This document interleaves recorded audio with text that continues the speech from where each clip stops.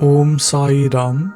This is Sai Satcharitra, chapter 37. In this chapter, Hemadpant describes the Chavadi Procession. Preliminary. Blessed is Sai's life and his daily routine. His ways and actions are indescribable. At times he was intoxicated with Brahmanand or divine joy, and at other times content with knowledge of the self. Despite doing so many things, he was not concerned with them at all. Though he seemed at times physically motionless, he was not idle or asleep. He always abided in his own self. Though he looked as calm and quiet as the placid sea, he was deep and unfathomable. Who can describe his ineffable nature? He regarded men as brothers and women as sisters and mothers. He was a perfect and perpetual celibate. May the knowledge we got through his acquaintance last us unto our death. Let us always serve him with wholehearted devotion to his feet. Let us see him, or God, in all beings, and let us always love his name. Hemadpant,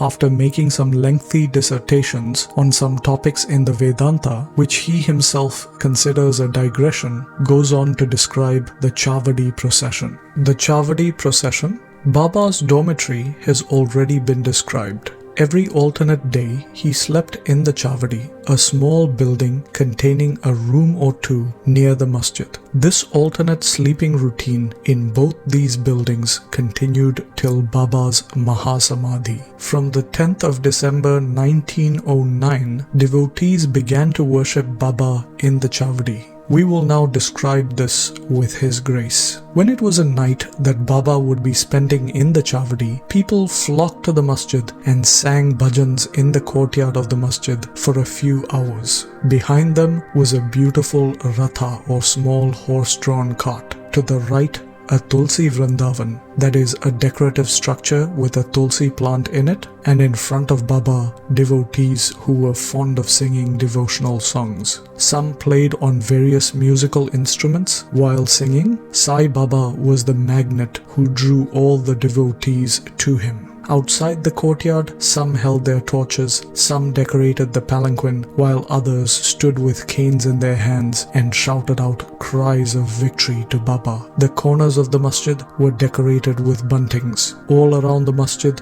rows of burning lamps shed their light. Baba's horse, Shamakarna, stood fully decorated outside. Then Tatya Patil came with a party of men to Baba and asked him to be ready. Baba sat quietly in his place till Tatya came and helped him to get up by putting his arm under Baba's armpit. Tatya called Baba Mama or maternal uncle. In reality, their relationship was extremely close. Baba wore the usual kafni or long robe, placed his short stick under his armpit, and after picking up his tobacco pipe and tobacco and placing a cloth over his shoulder, was ready to start. Then Tatya draped Baba in a beautiful golden embroidered shawl. After this, Baba moved the bundle of firewood lying behind him with his right toe, and then, after extinguishing the burning lamp with his right hand, started for the Chavadi. Then all sorts of musical instruments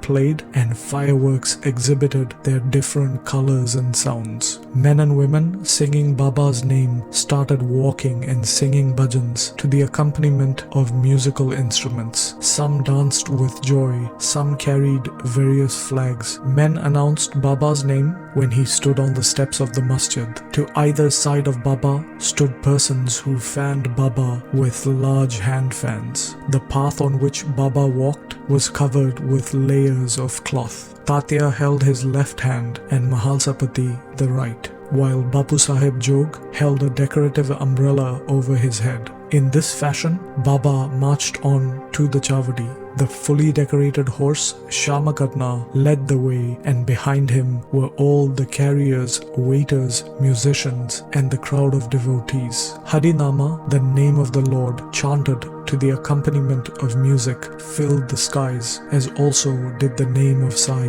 In this manner, the procession reached the corner when all the persons that joined this party seemed pleased and delighted. On reaching this corner, Baba stood facing the Chavadi and shone with a peculiar luster. It seemed as if Baba's face glittered like dawn or like the glory of the rising sun. Baba stood there with a concentrated mind facing the north as if he was calling somebody. All the instruments played their music while Baba moved his right arm up and down for some time. Kaka Sahib Dikshit then came forward with a silver plate containing flowers besmeared with gulal or red powder and showered them on Baba's body. The musical instruments played their best at this juncture and Baba's face beamed with steady and added radiance and beauty. Everyone present drank this luster to their heart's content. Words fail to describe the scene and splendor of this occasion. Sometimes Mahalsapati would begin to dance, possessed by some deity, but everyone was rather surprised to see that despite this sudden distraction, Baba's concentration was not in the least bit disturbed. With a lantern in his hand, Tatya Patil walked on Baba's left side and Bhagat Mahalsapati on the right, holding with his hand the hem of Baba's garment.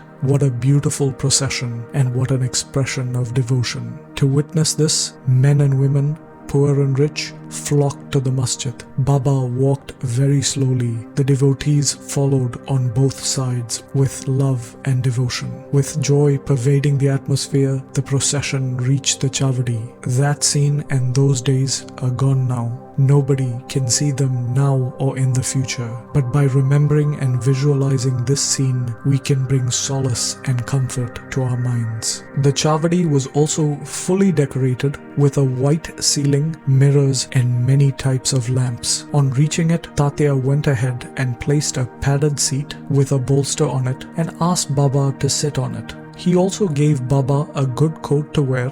Then the devotees worshipped him in various ways. They placed a crown with a tuft on his head, placed garlands of flowers and jewels around his neck, and marking his forehead with musk mixed vertical lines and a dot as Vaishnava devotees do. They stared at him for a long time to their heart's content. They changed his headdress now and then and held it aloft on his head, fearing that Baba might throw it away.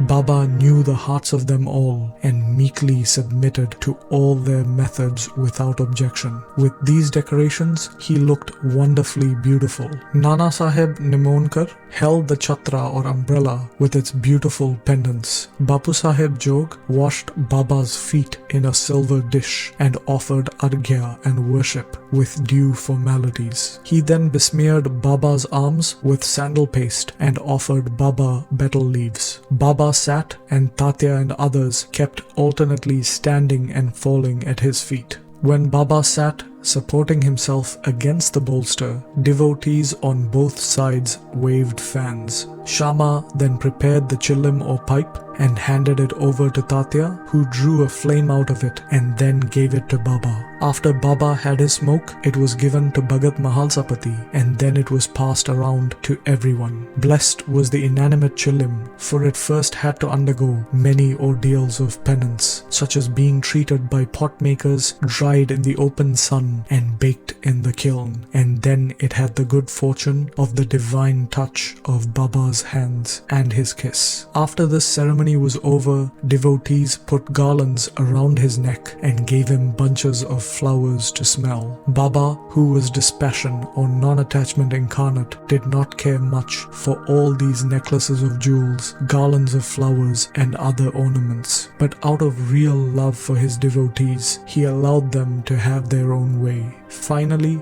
Bapu Sahib Jog waved the arti over Baba, observing all due formalities, while the musical instruments played their auspicious tunes. When this arti was over, the devotees returned home after bowing to Baba and taking his leave. When Tatya Patil, after offering chillim, attar and rose water, was about to leave, Baba said to him lovingly, "Guard me, go if you like, but return sometimes at night and inquire after me." Replying in the affirmative, Tatya left the Chavadi and went home. Then Baba himself prepared his bed. He spread out 50 or 60 white sheets one upon another and thus making his bed went to sleep.